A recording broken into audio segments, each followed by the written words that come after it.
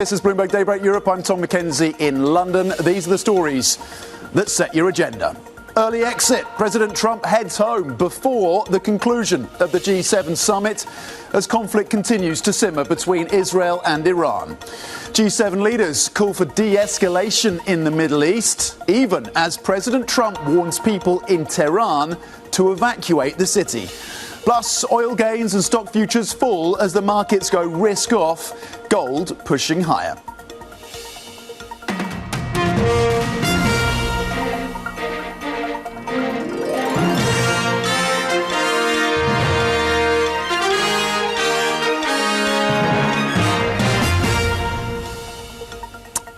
Good morning. So after a solid session on Wall Street yesterday with gains of 1.4% for the Nasdaq 100 and 1% for the S&P 500, getting back above that 6,000 level, today it is risk off as we focus on what the US response is going to be as President Trump heads home early from the G7.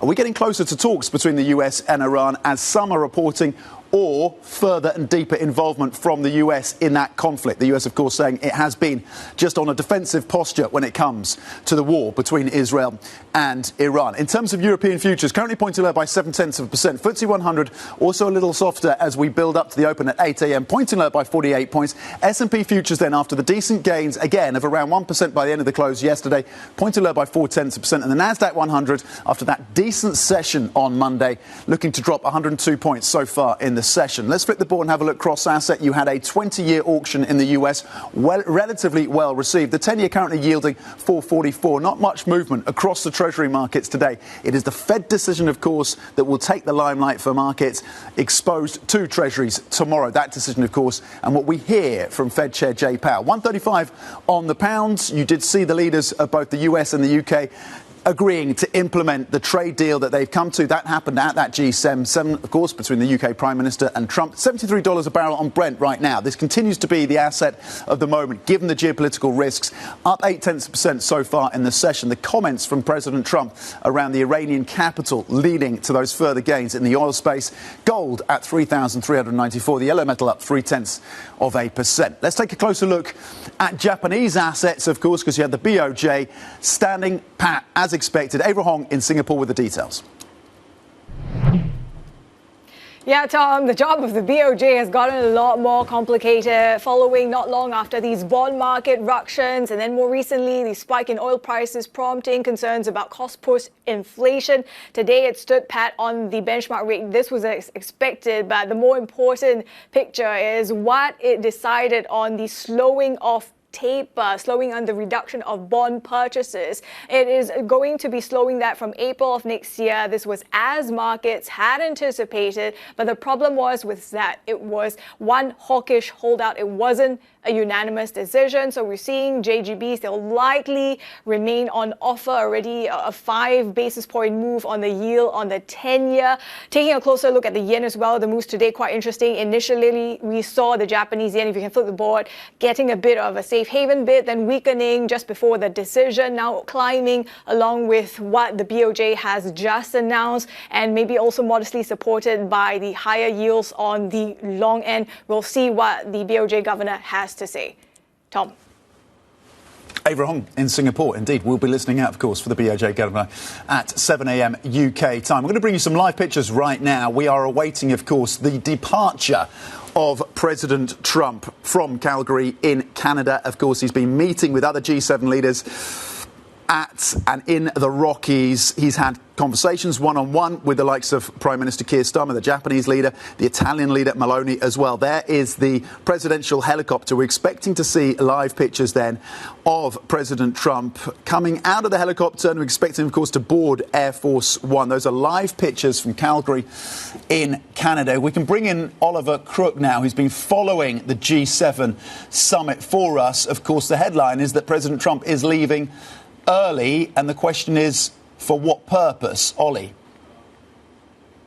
That's right. That's a line that crossed about 6 hours ago. We heard from the White House that President Trump will be departing the G7 meeting early, a full day early, in order to bring his attention fully to the situation between Iran and Israel. And just an hour before that news crossed, we got this out of Truth Social from the President of the United States, saying that Iran should have signed the deal I told them to sign. What a shame and a waste of human life. Simply stated, Iran cannot have a nuclear weapon. I said it over and over again.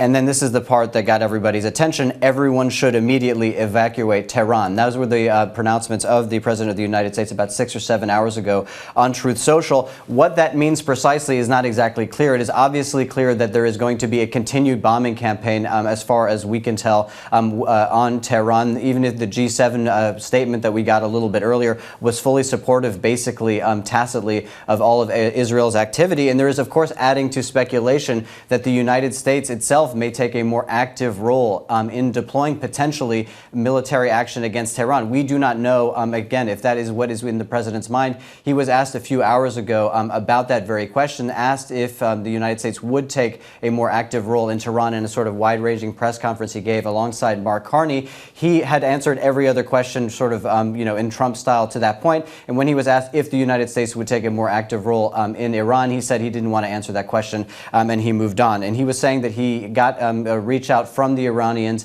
that they would like to talk. He says that the Iranians are not winning the war. These are all the sort of pronouncements he's made at the G7. And also, we should say that the State Department has closed the U.S. Embassy in Jerusalem for the day today. But, again, Trump is still wanting to push, I think, Iran to the table. He still expects a deal. He still would like to see a deal, though it is clearly the case that he is, at this point, endorsing the course of maximum pressure on Tehran and the Iranian government. And we see President Trump, he's departed the presidential helicopter, as you can see, giving a fist pump and a wave. And he is expected, of course, to board Air Force One as the US president leaves the G7 summit early. And we continue, of course, to try and get detail, as Ollie was saying, as to exactly why the US president is leaving early. And it could be consequential in terms of a step up in US involvement, or indeed talks, as some have reported, between Iran and the US. You see there President Donald Trump making his way to Air Force One, having left the G7 summit early, giving a wave, of course, to the cameras. These are live pictures. And Ollie, the leaders did, as we watched the president climbing the steps, of course, up to Air Force One, the leaders at the G7 did issue a joint statement on Iran and Israel. What did they say in that statement, Ollie?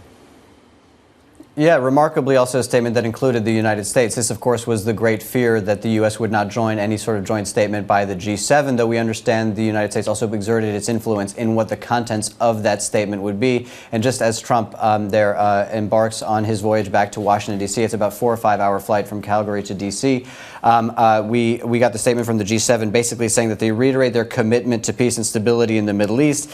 In this context, they affirm that Israel has the right to defend itself. They reiterate their support for the security of Israel, and also that Iran is the principal source of regional instability and terror, and have consistently been clear on the issue that Iran cannot be permitted to gain a nuclear weapon. So you get that G7 statement that is basically a tacit endorsement, as far as any sort of reading can tell you, of what Israel is doing. There is not really any criticism. We also understand that the United States had insisted on withdrawing some language. There was some language originally in the statement that was watered down by the United States. An earlier draft was saying that they basically opposed seeking restraint from both sides. The U.S. was opposing this statement to basically indicate that both sides should show restraint in accordance with international law. An earlier version also had said that the diplomatic solution was the best way to resolve the crisis. That language was also removed. So when we think about kind of what we got from this G7 meeting, the first under the Trump administration, really nothing new as far as the Trump administration is concerned, but this continued undermining of the multilateral system that the G7 was really meant to create. And with Trump going in there and basically saying that, this should be the G8 and that Russia should be at the table and the war in Ukraine would never have happened if Russia had been included in the G8. Of course, the reason Russia was expelled was because of the annexation of Crimea. And of course, the G7 is supposed to be a forum to create global stability economically and militarily. And now you leave this meeting of the G7 leaders with a new war effectively, seemingly escalating in the Middle East between Tehran and Israel. OK, Bloomberg's Oliver Crook, thank you very much indeed. The White House is said to be exploring then the possibility of a meeting with Iran this week. This is according to a report by Axios. Let's get the latest with Bloomberg's Jumana Pasechi in Dubai. What do we know, Jumana? Because I guess the question is, even if they have a meeting, the US and Iran, we've seen, of course, conversations between the two sides. They did have those talks about the Iranian nuclear program, and yet to no avail. So even if they do meet, what can we expect actually to come out of that conversation? So first, let's talk about the hypothetical meeting if it does happen, but then also the signal that this sends, because for many days now, the question the world has been asking is, what role are the U.S. going to play in this conflict?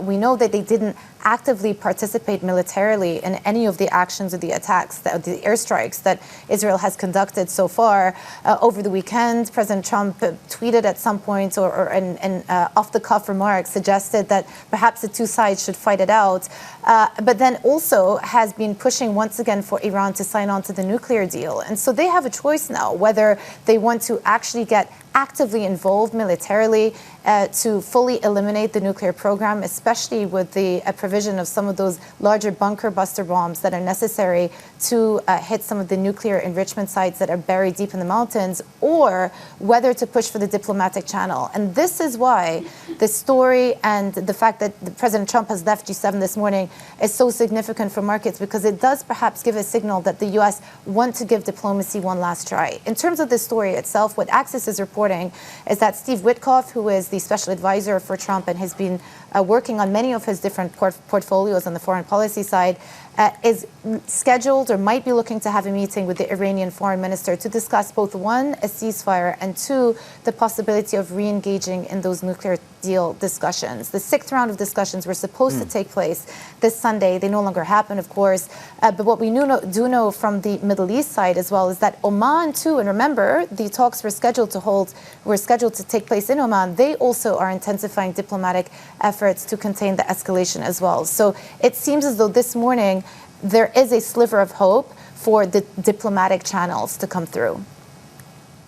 OK, a sliver of hope. Steve Witkoff, of course, despite those efforts, has failed, of course, to bring together Russia and Ukraine in any formal ceasefire, and has failed, of course, to create a ceasefire between Israel and Hamas. That has, of course, failed to last, at least. And the conflict, of course, Jumana, between Israel and Iran, meanwhile, is showing no sign of letting up in terms of the bombardments by both sides. Yeah, so Oliver was talking earlier about the post that President Trump put up a short while ago saying and warning residents of Tehran to evacuate. There are 10 million residents in Tehran. There's nowhere to go. The airspaces are closed. People on the ground are talking about massive traffic jams, cars doing anything they can to make it to the mountain areas. And also, for the first time ever, the Israeli military also issued an evacuation notice to District 3 in Tehran, which is home to about 300,000 residents as well. So this is both unprecedented in nature. The airstrikes have continued and blasts have been heard in Tehran shortly after those evacuation notices were issued. And then you may have seen the scenes overnight of the Iranian state TV also getting hit by a blast. This morning, the Iranian state TV is saying that the death toll on back of that blast at their station has now climbed to 3 people, which brings the total tally to almost 230 people killed since this war kicked off. I should also just mention that on the Israel side as well, there is a state of high alert. We're hearing that the U.S. Embassy in Jerusalem is going to be shut today on back of security concerns. And then yesterday, our colleagues on Bloomberg Television spoke to the Minister of Strategic Affairs, Ron Dermer, and he said that there are 2 objectives are, number one, removing Iran's capabilities on the nuclear side, but then also removing their missile capabilities. No explicit mention, of course, of regime change, which is what many people have been speculating since this conflict kicked off. But in the absence of them achieving those objectives, you have to wonder how much real chance there is for a diplomatic breakthrough, given the lack of success that there have been on other fronts, as you were just alluding to, Tom. OK, Bloomberg's Jemana Pasechi with that important update out of the region. Jemana, thank you very much indeed. Let's get a closer look in terms of how the markets have been digesting all of the news over the last 24 hours, with a lens, of course, still firmly on the Middle East. Valerie Teitel standing by. Val. Yeah, well, the pulse of the oil market has been all over the place this morning, but we're ending up higher. Brent crude up 0.7% on the back of that latest Trump tweet about evacuating Tehran seemed to have jumbled the oil market a bit. If we take a pulse, though, of where we've gone since this escalation began a week ago last Wednesday, Brent crude is nearly 10% higher since that date. Beginning of this escalation, we're trading around $67 a barrel. We're now just shy of 74. So that's where we are in terms of the oil picture, Tom. I do also want to mention there was some hopes for some maybe dollar strength coming out of the G7 due to some trade talks supposed to take place between Trump and other leaders. He did have a meeting with the PM of Japan, Ishiba, yesterday didn't seem to come to any fruition or any breakthrough with those two talks. Ishiba addressed the media shortly after, saying the two sides are still very far apart on these trade talks. President Trump was also due to meet the new president of South Korea today. It seems like that meeting will not happen at all. So anyone wanting some dollar strength on the back of some good trade news isn't getting it as Trump departs the G7 early. Bloomberg's Valerie Teitel with a market reaction. Thank you very much indeed. Coming up, Japanese bonds under pressure today after a split decision by the BOJ on its bond buying plan. We're going to look ahead to the governor's press conference next. This is Bloomberg.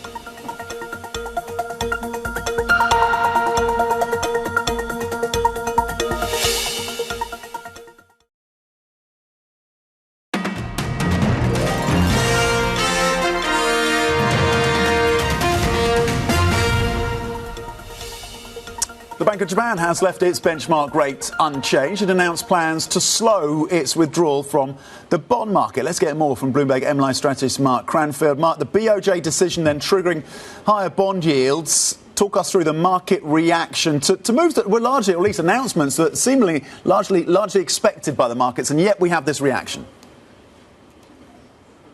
Yeah, there was a lot to digest, but from a trader's point of view, probably the key point was that the Bank of Japan will reduce its regular purchases of the bonds which are up to the 10-year maturity mark. Now, they normally do it 4 times a month. They're only going to do it 3 times a month, starting from July, I believe. Now, this is quite significant because it ties in also with the fact that the Ministry of Finance is going to meet with bond dealers later this week, and they're trying to skew the issues of debt more towards the short end of the curve. So it's a bit of a double whammy here for bond traders. On the one hand, the Japanese government is probably going to shove more bonds towards shorter dated maturities, and the Bank of Japan won't be around to buy up the surplus. So it's all going to rest on the bond traders' hands themselves. That's a lot for them to absorb, a lot to digest and to price into the market. Now, Governor Ueda will not be too unhappy with the reaction in the market here, because inflation has been very sticky in Japan. He's been talking about looking for the next window when he could raise interest rates, even though the Japanese government is not too keen on the idea.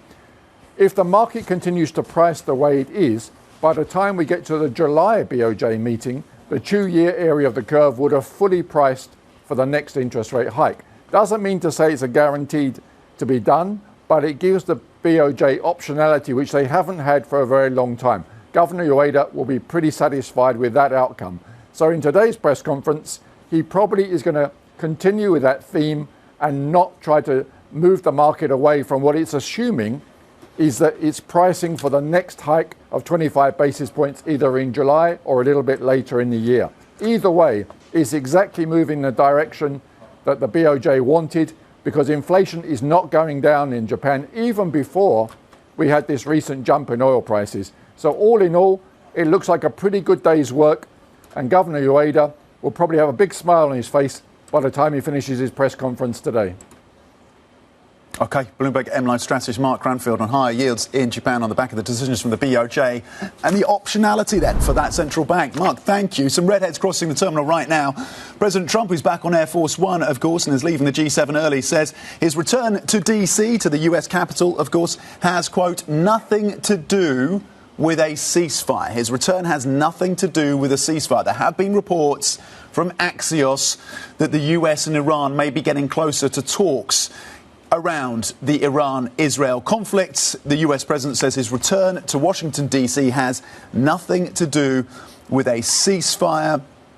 He's also saying that the reason why he is going back to DC is much bigger than that. It's hard to think of what could be bigger than the Iran-Israel conflict right now, but the president says the reason he's going back to DC is much bigger than that, nothing to do with a ceasefire.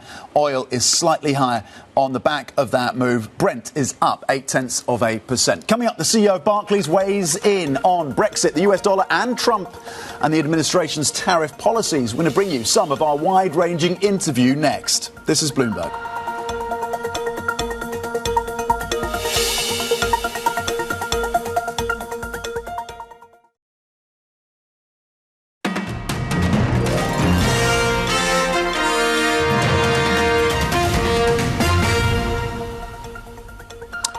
The CEO of Barclays says Brexit has damaged the UK economy in the long run. In the latest episode of Bloomberg Wealth, CS Venkatakrishnan also gave his thoughts on the US dollar, how technology is transforming the banking industry, and his own journey into finance. Here's a preview of his sit-down with David Rubenstein. The disruption of trade relations with Europe, I mean, they are still there, but it has more friction in it. It is a country that has been growing at approximately 0 to 1%. And for all the advantages it has, it can grow much more. And it needs the investment to grow. It needs the investment in human capital, in infrastructure, and in companies to engender that growth. And that is, I think, the single biggest problem. So today, would you say, or is it not appropriate for business leaders in England to say that Brexit was a mistake? Well, I can say it. I'm a U.S. citizen, but I think Brexit has, in the long run, damaged the UK economy. Yeah. But nobody will say, let's have a vote to go back into the EU because nobody wants to admit they made a mistake, or why won't you have another vote? Well, so I think one of the things that's happening in this world now is that having had Brexit, so to take back a little of what I said, having had Brexit, the UK has a freedom in its economic policy and its trade relationships that it would not have had under Brexit. In the current environment, that could be an advantage if it takes advantage of it. So recently, the Prime Minister of England met with the President of the United States and gave him a letter from King Charles inviting him to have a state visit, which is the only time somebody's had 2 state visits. Was that popular in England to ask for a second state visit for President Trump? Yeah, I think actually people in the UK press have admired the Prime Minister for having created that offer and found a way to have strong relationships with the President. Okay. So right now, what do people think in England of the U.S. tariff policy? They're worried about it. They're happy that, at least until the pause came, that they were at 10%, which was a lower number. And I think they're happy that they can negotiate that number differently from Europe, of which once they were part. So does the United States have a trade deficit with the UK, or do you have a trade deficit with us? I think the U.S. has a small trade deficit with the UK, if I remember right. Yeah. So today, would you say that the UK is feeling more aligned with the countries on the continent of Europe, or still more aligned with its great partner, the United States? I think they see the long-run future for the UK as much better off with the alignment with the US. It's a special relationship. When I think about Barclays, we've been around for 330 years, and our US relationship is very strong. Ben Franklin had an account with us.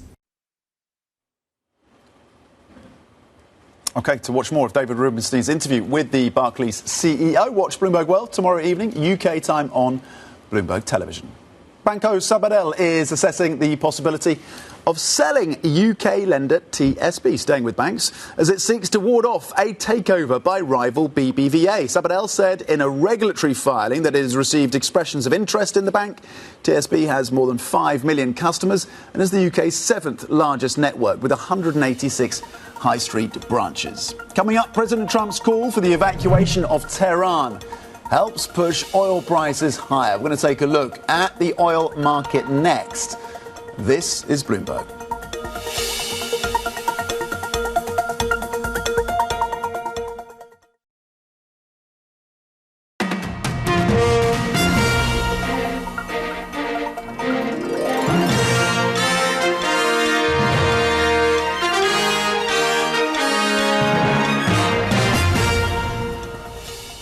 Good morning, this is Bloomberg Daybreak Europe. I'm Tom Mackenzie in London. Happy Tuesday. These are the stories that set your agenda. Early exit. President Trump heads home before the conclusion of the G7 summit as conflict continues to simmer in the Middle East. G7 leaders, meanwhile, call for de-escalation between Israel and Iran, even as President Trump warns people in Tehran to evacuate the city. Plus, oil gains and stock futures fall as the markets go risk-off, gold pushing higher. Let's check in on the markets then. After a decent day for US and European stocks yesterday, it is risk-off today on the geopolitical angst, of course, and particularly the comment from President Trump that people should evacuate the Iranian capital. He's recently, of course, boarded Air Force One on his flight back from Calgary in Canada, back to the United States, and he's been posting on Truth Social saying that he is not going back to discuss a ceasefire between Iran and Israel. He says his return to DC has, quote, nothing to do with a ceasefire. European futures down 0.7%. FTSE 100 futures looking to drop 48 points. S&P E-minis after a decent session yesterday with gains of 1% and crossing back above 6,000, now pointing lower by 0.3%.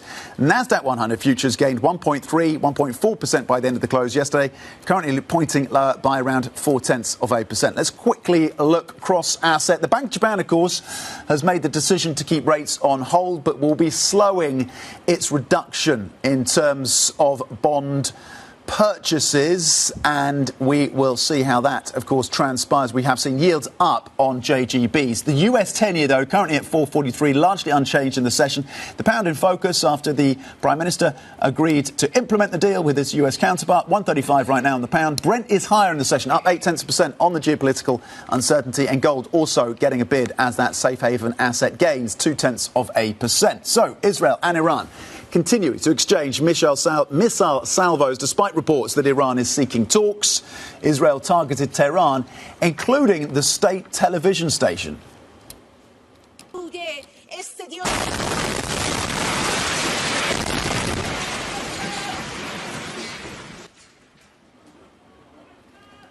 President Trump, meanwhile, has said Iran should have signed the deal he told them to sign. I gave Iran 60 days, and they said no. And the 61st, you saw what happened. Day 61.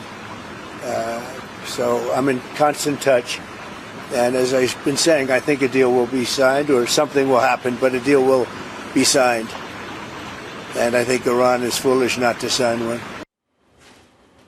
OK, let's get more with Bloomberg's Dan Williams, usually, of course, based in Jerusalem. Dan joining us bright and early once again. Dan, in terms of the latest on reports from Axios that the two sides, or at least Iran, is looking and putting out feelers in terms of potentially a deal with Israel. Israeli government officials telling Bloomberg that they have two key objectives right now that they continue to pursue. One is the missile program in Iran, and the other is the nuclear facilities. How do we square these two things? What is the latest in terms of how both sides are approaching this conflict? Well, Tom, I think it's fair to say that in statesmanship, there are people who believe in paper and there are people who believe in power. Israel is in the latter party now. They've given diplomacy a chance, they say. Now they're on a roll militarily. They want concrete gains. They don't want a ceasefire, which is by definition temporary, where both warring parties are serving their own interests. They see this in a binary fashion. So, to judge by Israeli statements, they will pursue a military operation in Iran that is going better than planned, that still has a target list to fulfill, except if diplomacy would be basically a unilateral capitulation by Iran, especially on the core issue of uranium enrichment, which the Israelis and the Americans have said Iran has to abandon completely for there to be a negotiated deal. How do we fold in the US president's reactions to this then? At one point yesterday suggesting that they're getting closer to some kind of agreement, the two sides, and then, of course, most recently suggesting that he's not going back to DC. He hasn't left the G7 summit early to go and pursue ceasefire talks, or at least conversations with Iran. We'll see what actually transpires when he lands in Washington. But how do we understand the US positioning around this, particularly if Israel is any closer to pulling the US into this conflict? I think it's fair to say that Trump is a showman. We saw this late last week.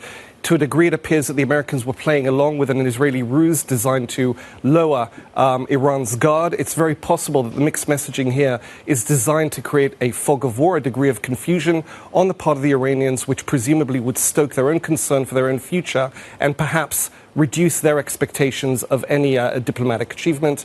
Trump, we just heard him say that he gave the Iranians 60 days and they failed, according to him, to deliver diplomatically. We know the American position regarding uranium enrichment, and I think also Trump admires success. Nothing succeeds like success. He said also at the G7 that this is going well for Israel, in his words. He said Iran is not winning this war, in his words. So I think he would also believe, in his business sense, that this is a time to press the Israeli achievements to the full, so that if there is a diplomatic achievement, if there is a diplomatic deal, it accords with U.S. expectations and Israeli expectations more than Iranian expectations heretofore. Dan, there have been a lot of questions about the domestic support in Iran for that regime as it faces this unprecedented pressure and assault on its own apparatus and many senior leaders, of course, within the military, scientific community and now politically as well. The domestic support in Israel, what is your understanding of how solid that is at this point for this stage of the conflict? Well, Bloomberg got a first look at what I believe was the first poll. Keep in mind, this is really only the fourth day of this war, which was a streak from the blue. It was a bolt from the blue attack by Israel with perfect tactical surprise. The first poll issued late yesterday found 70% for the Israeli opening of this operation, sustained solid majority support in Israel. Keep in mind that this war against Iran is really coextensive with the war that's been raging for over 20 months against Iranian proxies. So many Israelis see it as a natural culmination and would hope that it will naturally bring to a conclusion of the wider regional war. There is an exception when it comes to whether Israel can complete the job itself against nuclear program. Many Israelis don't believe it has the means to do that. Some Israelis also have misgivings about continuing the war if it causes thousands of civilian casualties on the Israeli home front. Right now there are casualties, but they're not in the thousands, so it would appear that in terms of popular support, Netanyahu has a way to go yet. OK, Bloomberg's Dan Williams, thank you very much indeed. Meanwhile, oil prices gaining after President Trump called for the evacuation of Tehran. And as Israel vowed more strikes, let's bring in, at this point, Bloomberg Middle East energy reporter Anthony De Paula from Dubai. So that call, Anthony, from Trump to evacuate the Iranian capital, clearly spooking the markets. Yeah, I mean, we saw oil kind of all over the place yesterday, starting off high in the morning because of those initial attacks on some, granted, more domestically focused Iranian energy facilities. And then we saw oil fall sharply when there were some reports that there were talks, that the Iranians wanted to have talks about ending a war. And then we saw it again rising based on Trump. So we are really reacting to geopolitical headlines here. The underlying fundamentals of the oil market have not really changed, in that we've got a lot of oil on the market.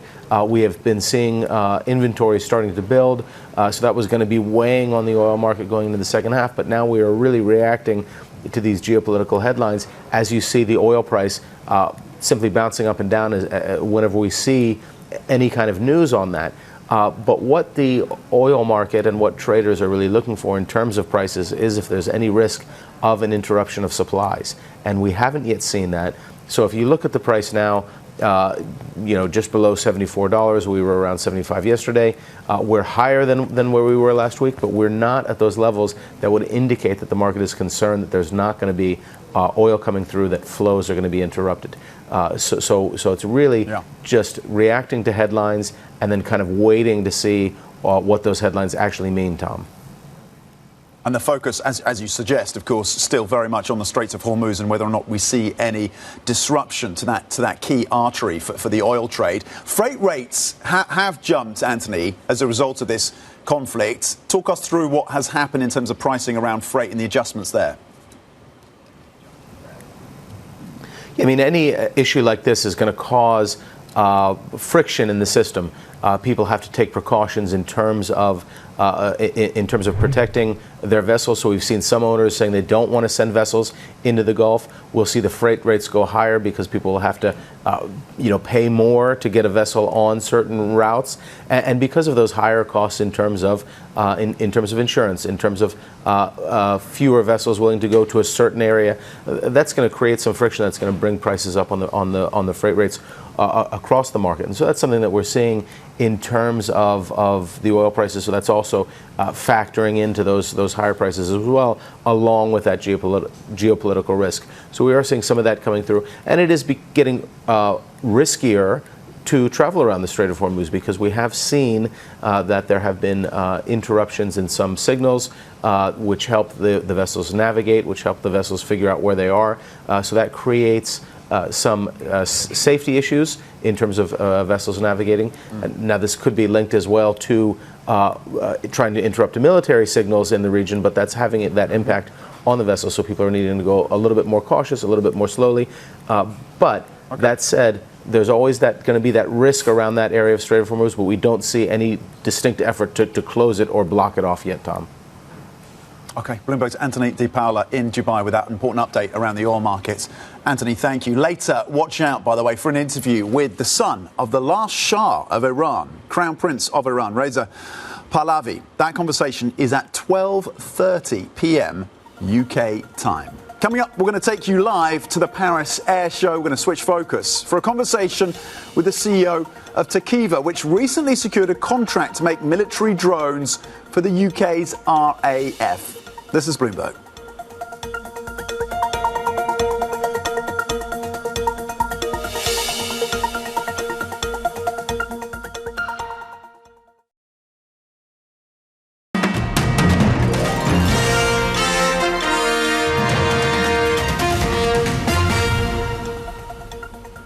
Welcome back to Bloomberg Daybreak Europe. Now, the heightened geopolitical uncertainty means defence is taking, of course, a more prominent role at this year's Paris Air Show, with the latest tech being showcased as countries look to spend more on defence. Let's take you back live to the show now. Bloomberg's Guy Johnson standing by with another great guest. Guy.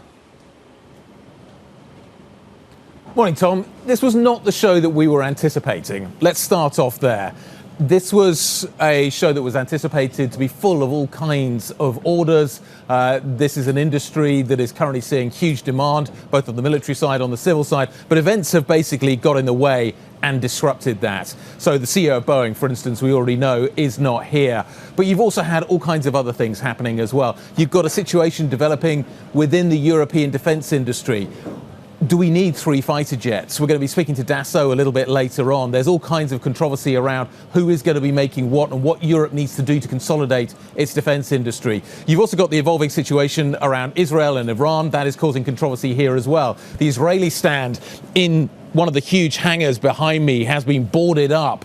The French government has made the decision that the Israelis cannot showcase some of their offensive weapons that they were hoping to display here at the Paris Air Show. The wider question really for Europe at the moment is how does it coordinate and consolidate its defence industry and try and figure out what it does next. And one of the key areas that we're focusing on is the drone industry. So we've got the perfect guest to talk to about that. Ricardo Mendes is the CEO of Tekever. We've spoken in the past. This is a fast evolving industry, so it's nice to catch up with you. Good morning. Good morning. Thank you for having us. How busy is the show? How different was this show 2 years ago to where we are now? How much interest are you getting? Well, for us, it's been extremely busy. With all the, I think autonomy is at the center of what's happening in defense in nowadays. And us being one of the main players in Europe, we've been receiving delegations every single time of the day. So it's been super exciting. In terms of what is happening right now, you don't do offensive weapons. You do reconnaissance, surveillance drones. Just talk to me about where the evolution is right now. There's obviously a lot of hardware evolution, but you were telling me before we sat down, this is a story that is moving week by week, Absolutely. Day by day in terms of the evolution you're seeing on the software. How fast are products evolving?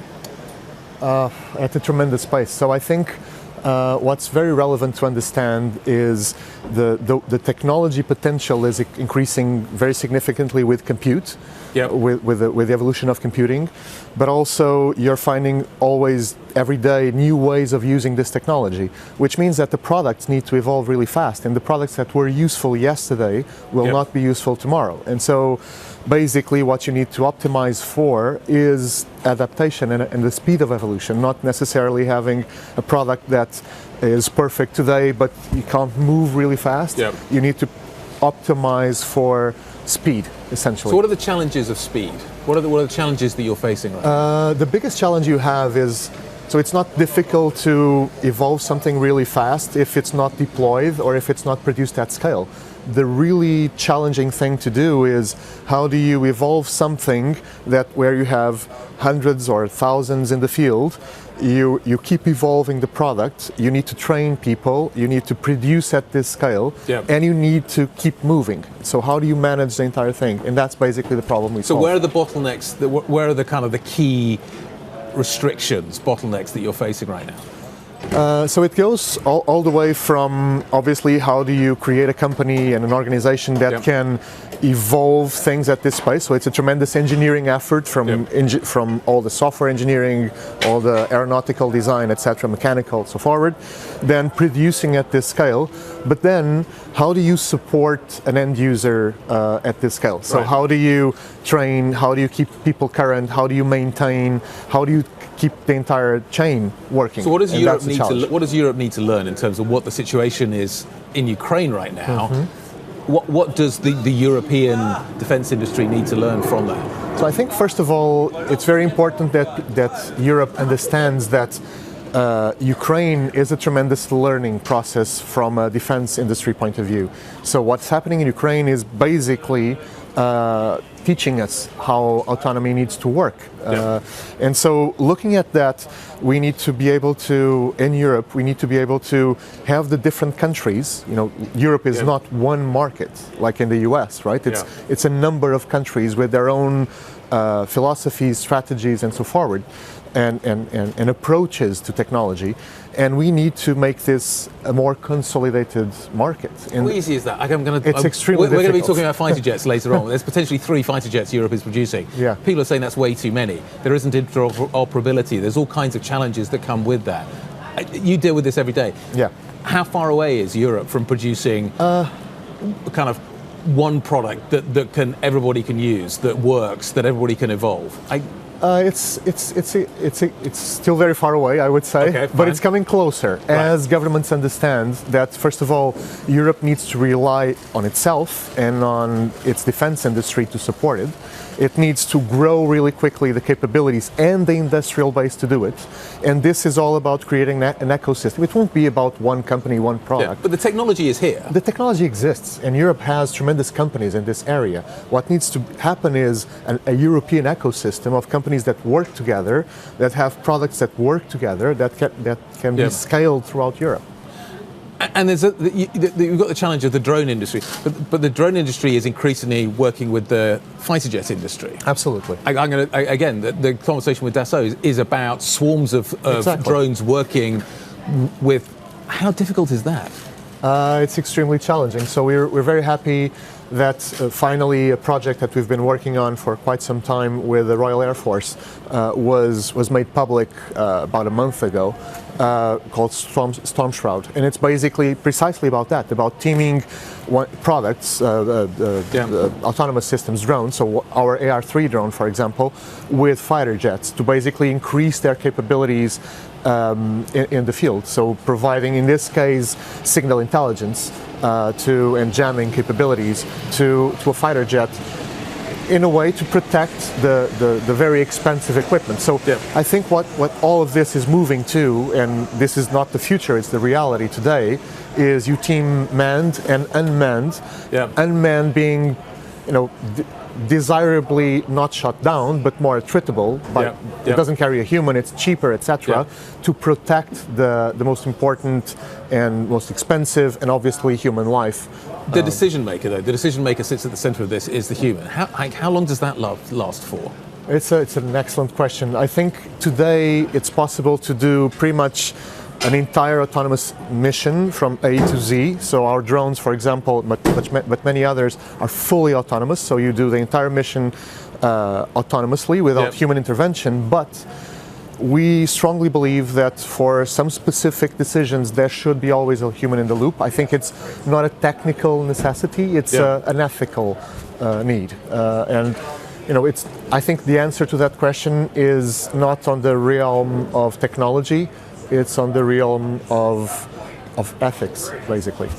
Ricardo, great to see you. Thanks for stopping by to see us. Really appreciate it. Ricardo Mendes, CEO of Tekever. We've got some great guests lined up. We're going to carry on the conversation we started with Ricardo. We're going to be speaking to the CEO of Tehran Aviation, the maker of the Rafale fighter jet. We'll have that conversation a little bit later on. Some antagonism maybe with the Airbus partner on the next generation aircraft. We're also going to be speaking to Sean Duffy, the US Transport Secretary, a little bit later on as well. Get his update on what was happening in India. What information has he got about the 787 that crashed there and what we need to take forward from that? So some great conversations coming up from the Paris Air Show a little bit later on. Tom, for now, back to you.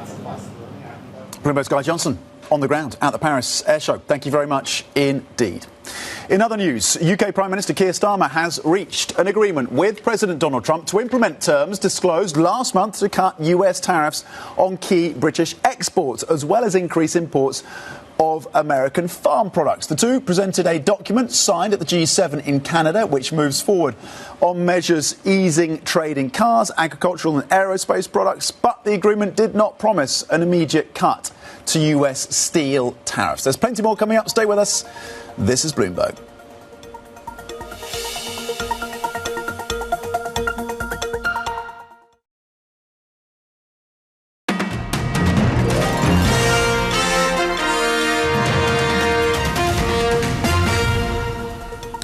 Welcome back to Bloomberg Daybreak Europe. So Iran has not yet reached that stranglehold around the Straits of Hormuz, but already you are seeing adjustments in terms of tankers making their way through, of course, that channel that is, of course, responsible for about a third of the world's global oil supply. 17 million barrels a day go through the Straits of Hormuz, and already, despite the fact we haven't seen specific efforts by Iran to try and squeeze that channel, you have seen, of course, freights and tankers diverting away from that. So we continue to watch that story, of course, and it doesn't have to be a complete closure. It could be, for example, the detention of some of those tankers. That is something that Iran has done in the past. So we continue to watch the Straits of Hormuz. So far, of course, you're seeing tankers diverting already, despite the fact Iran has not taken specific measures. So let's flip the board and have a look at another geopolitical mover in terms of asset classes. That, of course, is gold. It's gaining in the session today. Citi, though, says the best days are behind the yellow metal after the gains of 45% over the last 12 months. They say that's because growth is going to improve in 2026. You're going to get Fed cuts, and they forecast gold at between 2,500 and 2,700 by the second half of next year. The opening trade is up next. This is Bloomberg.